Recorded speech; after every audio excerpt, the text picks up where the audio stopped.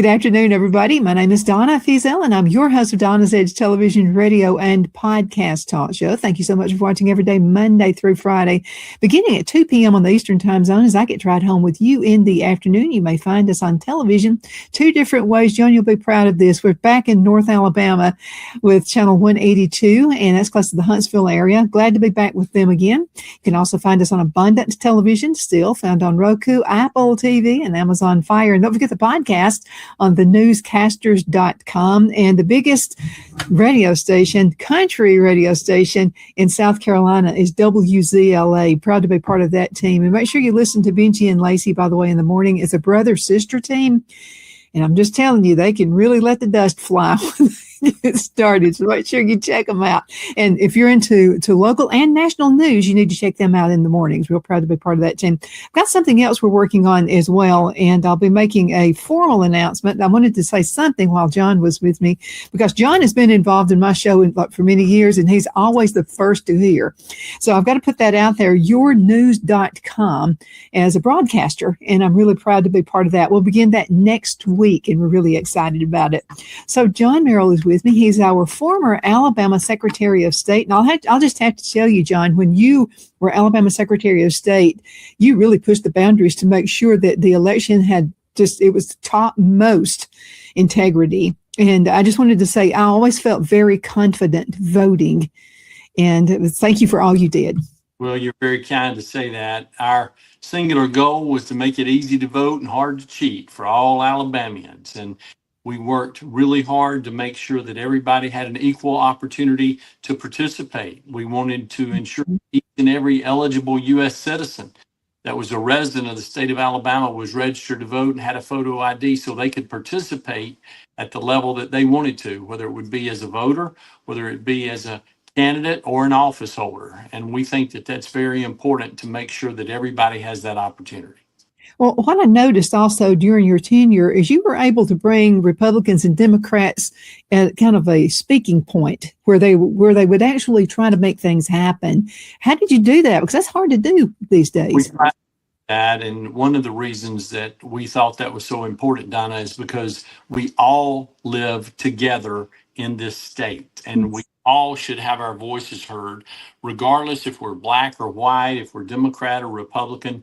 As a matter of fact, I got a text message last night from African-American teacher that I know from another part of the state that was asking me some questions about the reapportionment issues that are currently ongoing in the state of Alabama. And I expressed to her my concern about the way that things are currently being handled by the legislature and by executive leadership. And I think some of those things are very disconcerting, because each and every person should have a right to have their voice heard. And it doesn't mean that you're going to agree with everything that is done or everything that might be done, but it does mean that everybody should have an opportunity, equal opportunity, to have their voice heard.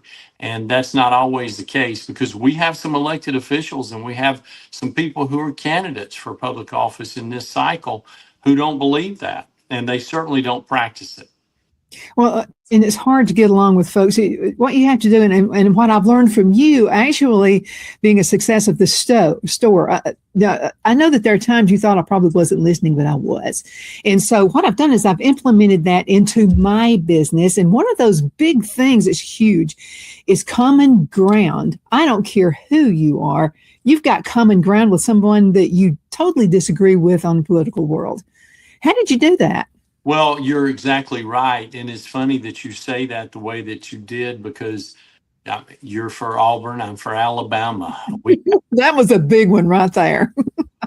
We have different teams support, but one of the things that we're both for is we're both for the state of Alabama. We want the state of Alabama to do well in everything that we do because we know that it reflects all 5 million people that live in our state. And I believe, and I have been taught this since I was a little boy, that we all have something in common.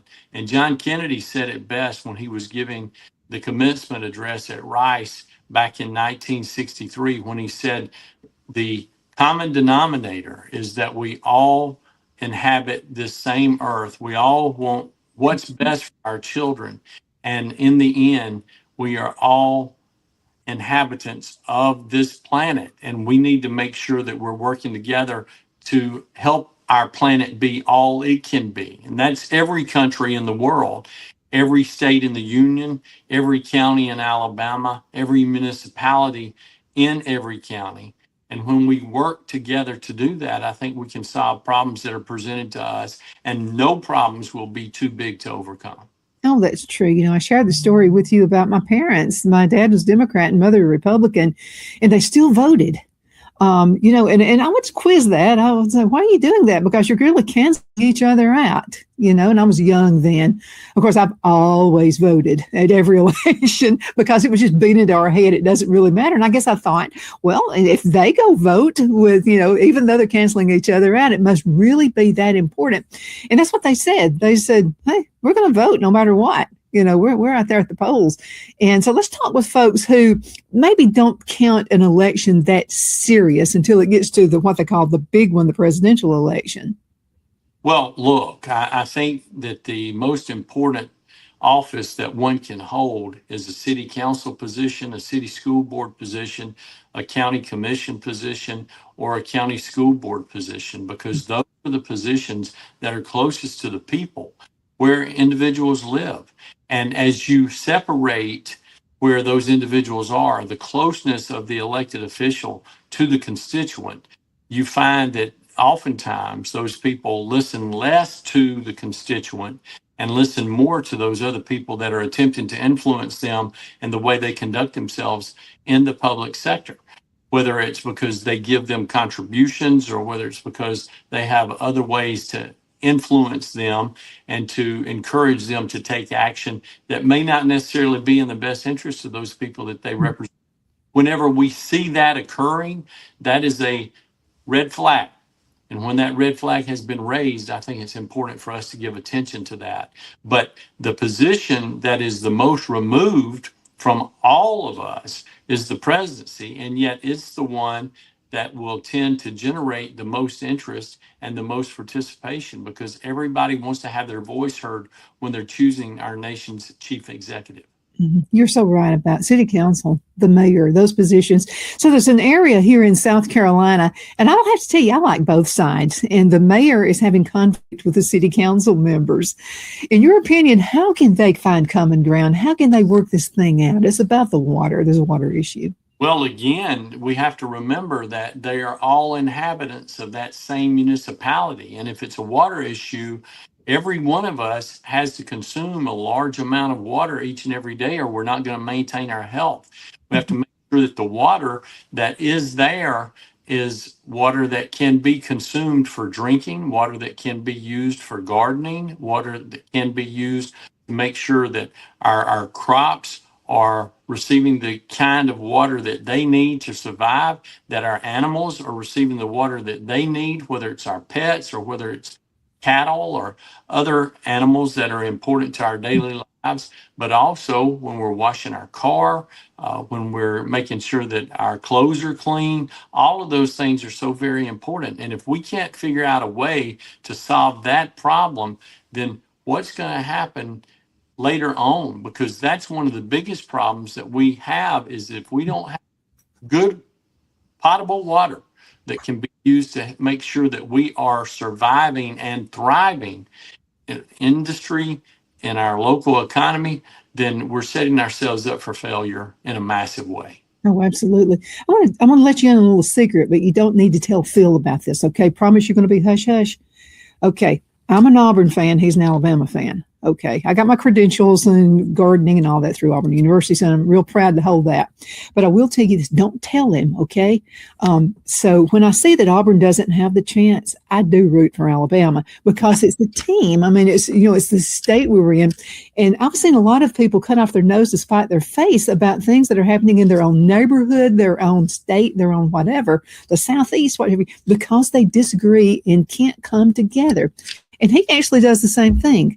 He doesn't want me to know this, but I've noticed it. So when Auburn has the chance, he will secretly root for Auburn. But you know something, you want your state to win, right? That's true. And look, in today's political environment, one of the things that we've seen repeatedly is people who will work hard in order to make sure that if they don't have 100% of what they want, that the other side fails miserably. They think that's an accomplishment for them. And yet many people, especially people that are our age and people who have had our life experience, remember Ronald Reagan is not just one of our favorites, but one of our very best presidents. Mm-hmm. And one of the things that President Reagan said was, I would rather have 80% of what I want than 100% of nothing. And if we're able to do that and working together to accomplish that goal, there's so many positive things that we can achieve. I also think it's important to remember another thing that he said, which was, if we don't care who gets the credit, there's no doubt what we can accomplish together. You're all winners. You know, people who are winners in business, they want their employees to be better than them. That's why they choose these particular ones. Maybe I find out what my weaknesses are and I choose an employee to take over that strength. That's what makes us all successful. It should not matter what party you're in. 100%. And if we lose sight of that, it's a failure for our entire community, our entire county, our region of the state, our state, and the nation as a whole. You know something, I have a buddy this guy I went to school with, and we're on two different planets when it comes to politics, but he's still my friend. But I'll tell you what I did, and I think he just wants me to tell him that I love him sometimes. So what he'll do sometimes is get on my Facebook page and he'll start, and then I'll just say, hey, I still love you. And this guy's like an avid gardener. I mean, this guy knows all these things I don't have a clue of. I'm still just learning, even though I have the credentials through Auburn University. And so I'll just get him off that topic. I'll say, we're not going to ever see. We're never going to see eye to eye. But you need to be writing books and you need to be having classes on gardening. That gets him every single time. And I know Chandler, I know you're watching right now. But Chandler, I appreciate all your gardening expertise, and you really need to get that and run with it because people are getting more engaged into that kind of life anyway. John, we're going to have to go into a commercial break. I can't believe half the show is already over. We'll be right back in just a minute. So everybody hang in there. Twin City Used Car Sales has been serving drivers in the Northeast Alabama area for years with a quality selection of late model used cars, SUVs, and pickup trucks. On top of our extensive selection and competitive prices, we offer professional auto financing services for used car buyers of all credit levels. Whether you've just begun your search or you're ready to secure your next vehicle, at Twin City Used Car Sales, you will drive away with the vehicle of your dreams. The sales and finance staff at Twin City Used Car Sales looks forward to serving you, and you can apply for financing online before your visit to our used dealership in Gadsden, Alabama. Check us out on the web at twincityusedcars.com or go by our location at 901 First Avenue, Gadsden, Alabama. We sincerely look forward to serving you.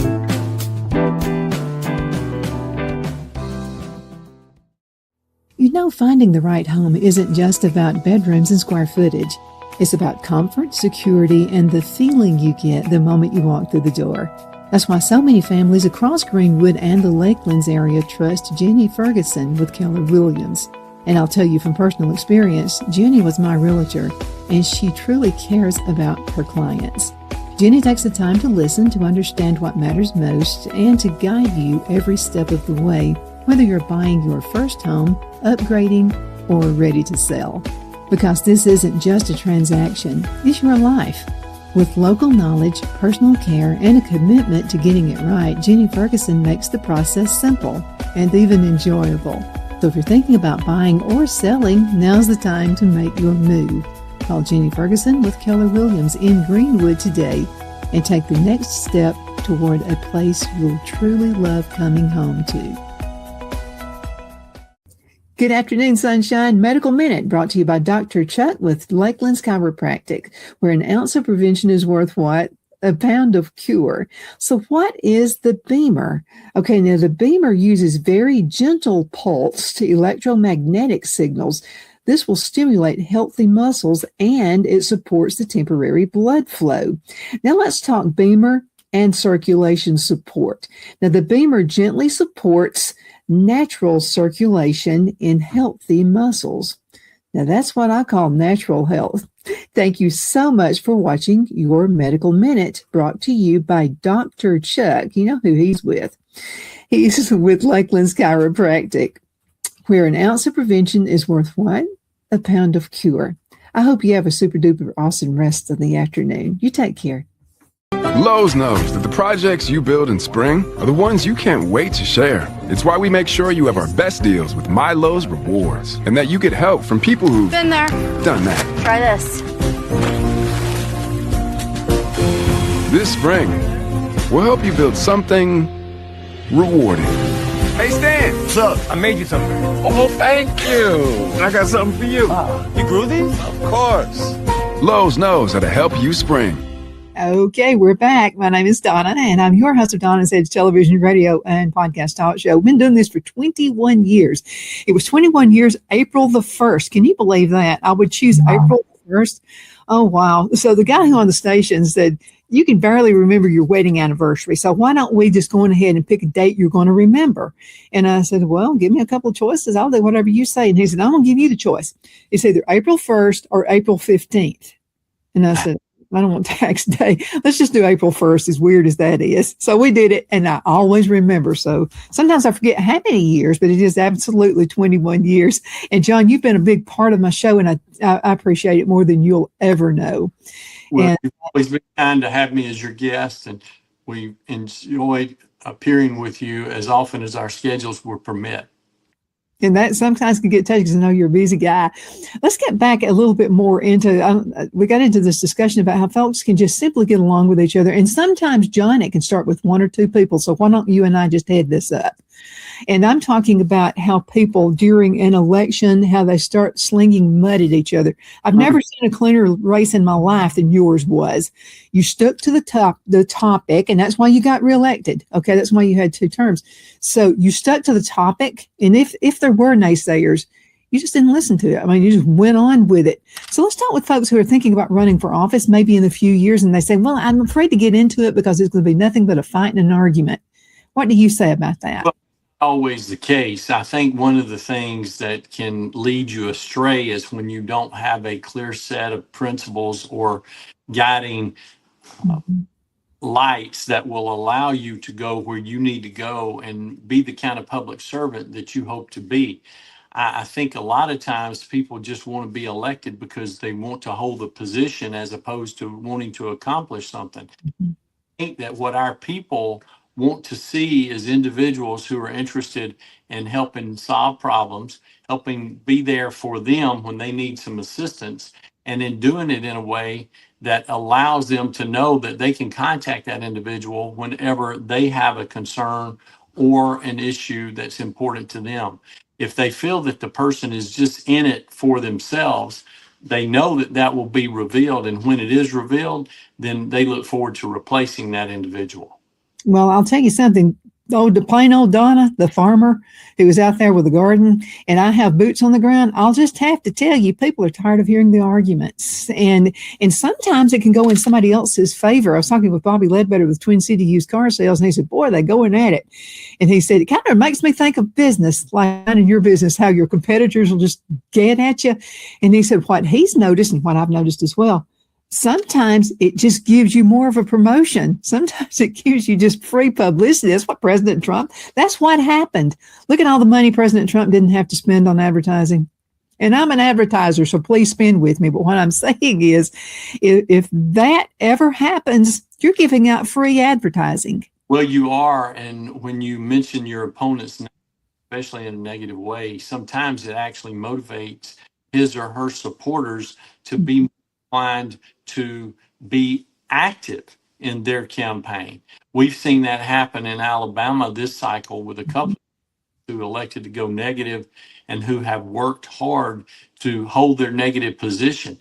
I think that's a mistake. I think we'll find out tonight when the election results come in just how big a mistake it was for that particular candidate. And this cycle, more than any other I can remember in modern times, we have seen a number of negative advertisements that have driven people to other candidates. And people that clear that that's the reason that they're going in another direction, is because they're disappointed in the candidate either of their choice or the one that they thought they were probably going to be supporting. I know right here, I'm disappointed in one. I just never seen so much mudslinging in my life. And I'm not believing, even though I'm going to vote for him, I don't believe the mudslinging he's saying about his opponent. I don't believe it. That's another thing, is that Cindy is very fond of making sure that when people ask her about certain candidates, she encourages people to do their homework. They need to do their personal research before they go to the polls. They need to know who the candidates are that are presenting themselves for elective office, and then they need to make sure that they've either interacted with them personally or they have done the research necessary to understand where they stand on the issues and why, where they stand. And if there's not a natural reason for them to be drawn in that direction, it probably means that there's a special interest that's directing them that way, that's causing them to take the current position. Let's talk about your consulting business and what's going on there, because you're treating that as if you're the Alabama Secretary of State. You're still out there talking with people. And something about one-to-one talking, face-to-face, is wonderful. Well, I think it's important to make sure that we interact with folks at all levels of life so that we can be of assistance to them. You know, one of the things I was talking to the circuit clerk and the probate judge in Cherokee County about yesterday was how they get the information necessary to help them solve their problems when they're working with the county commission, when they're city council, with the mayors in their community, because they want to make sure they've got the kind of information they have to have in order to move forward to solve the problems for the people they serve all across Cherokee County. And Cherokee County is a rural county in our state, not unlike 52 other counties of the 53 that are deemed rural by any standard one uses to judge in Alabama. And when we are committed to helping them find a way to solve their problems, everybody is more enthusiastic and energetic about coming together to identify the needs, talk about what is important to solve at that particular time, and then moving ahead in order to make sure that the greater good is served for all people. Let me ask you a question, because everyone who is successful has a core mission in their business, whether it's business, politics, or just running the household. And I'm not saying just running the household. That's important. There are a lot of awesome moms out there who don't work and stay at home. I salute you for that. I think you are awesome, because it's the hand that rocks the cradle. Absolutely. And that's what makes success in the family. But your core beliefs in your business, what would be the number one core belief for you, John? That if we ask enough questions, we'll find a way to solve the problem for the individual that has presented the concern to us. And a lot of times that means setting aside preconceived notions that we have about what should be done or what the real problem is. And I think in our world today, we don't have enough people that are good listeners. And I hope that when people talk about me and they talk about the work that we've done in any role that I've had, no matter where it's been, that they would consider me a good listener, because I think it's so very important to be a good listener in order to be a good problem solver. One of the things I tried to do when our children were growing up is to encourage them to improve their listening skills so they would be in a stronger position to solve whatever problem or accomplish whatever goal was in front of them.